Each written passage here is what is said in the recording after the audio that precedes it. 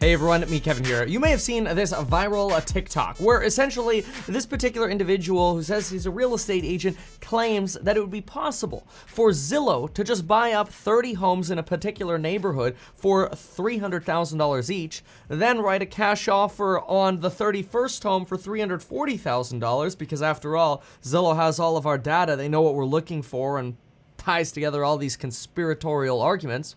And then suggests that essentially Zillow will be able to price fix the market by that last sale selling for $340,000, pulling up the value of all of the other homes that Zillow bought, therefore making people now interested in paying $340,000 for homes so that when Zillow goes to sell them, Zillow makes a whole lots of money. This conspiracy, for some reason, is very popular right now. It's probably very popular out of frustration over the fact that home prices are ridiculously high and unaffordable.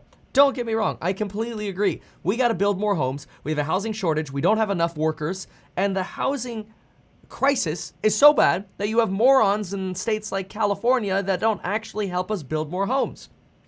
But let's address in this video not politics, but instead this nonsense conspiracy. I want to start by saying this. I am a real estate broker. Sean, you can look this up, over the last 11 years has had 51 sales. However, in the 8 years that I was actively selling real estate, I sold almost 5 times this, 240 homes in 8 years, in an area that's 3 times as expensive as this particular area. And I don't say that to brag, I say that to tell you I've worked on a lot of deals, an order of magnitude more deals. And I understand data.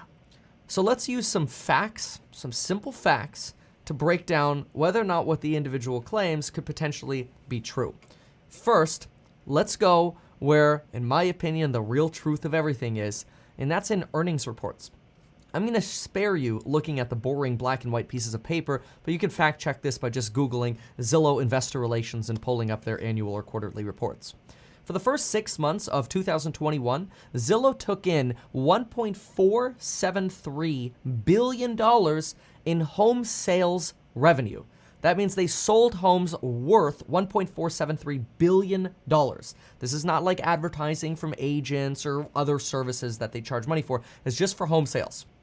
However, those home flips or sales cost them $1.481 billion. That means they lost $8 million on their home flipping business. If they were really scamming people right now in terms of fixing prices in the market for a profit, they'd probably actually be profitable in this portion of their business. But they're not, because margins in flipping real estate, especially for a corporation, are notoriously low. Flipping is really, really fun when you can buy a house and by the time you fix it up, the market's appreciated, because the real estate market can be very competitive and selling homes is expensive. Real estate agent fees are expensive.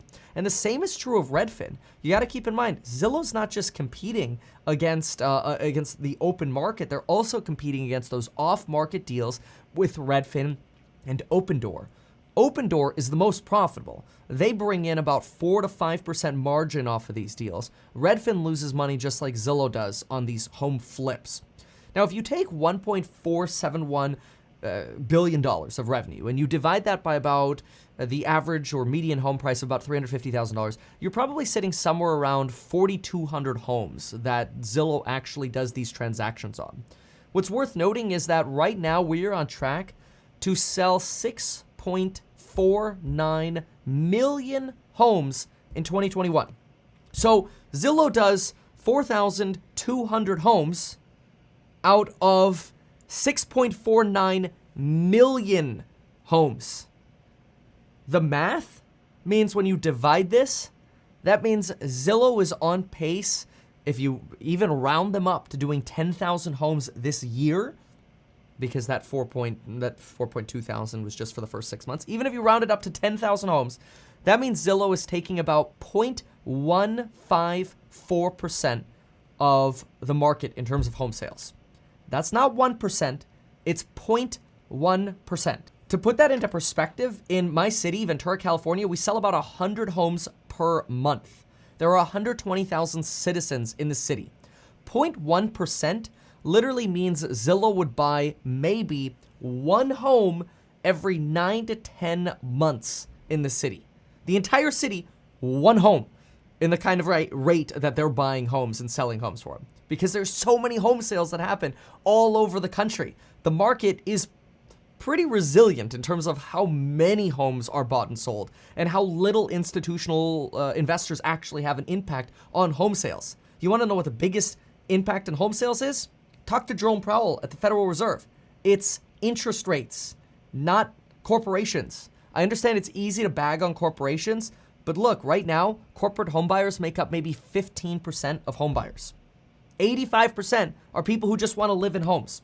In very competitive markets where it's really desirable for corporations to buy, like Miami or Atlanta, maybe you get to about 25% institutional. And I'm not saying that they should be allowed to compete against home buyers or that it's fair or not fair or whatever. I'm just saying we're still vast majority competing against home buyers. Home buyers pay more thanks to low interest rates. So if you got complaints, don't blame the corporations, blame Jerome Powell, blame J. Powell with the money printer, all right? But anyway, let's keep going on this.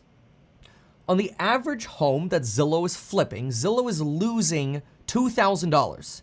And they're only buying maybe, on average, one home out of every 10 months of sales in, let's say, my city. Now, things might be more concentrated in some areas and less in others. I get that. But numbers-wise, I don't see Zillow buying 30 homes in one neighborhood, let alone in one city, okay? It's kind of crazy because here's the thing.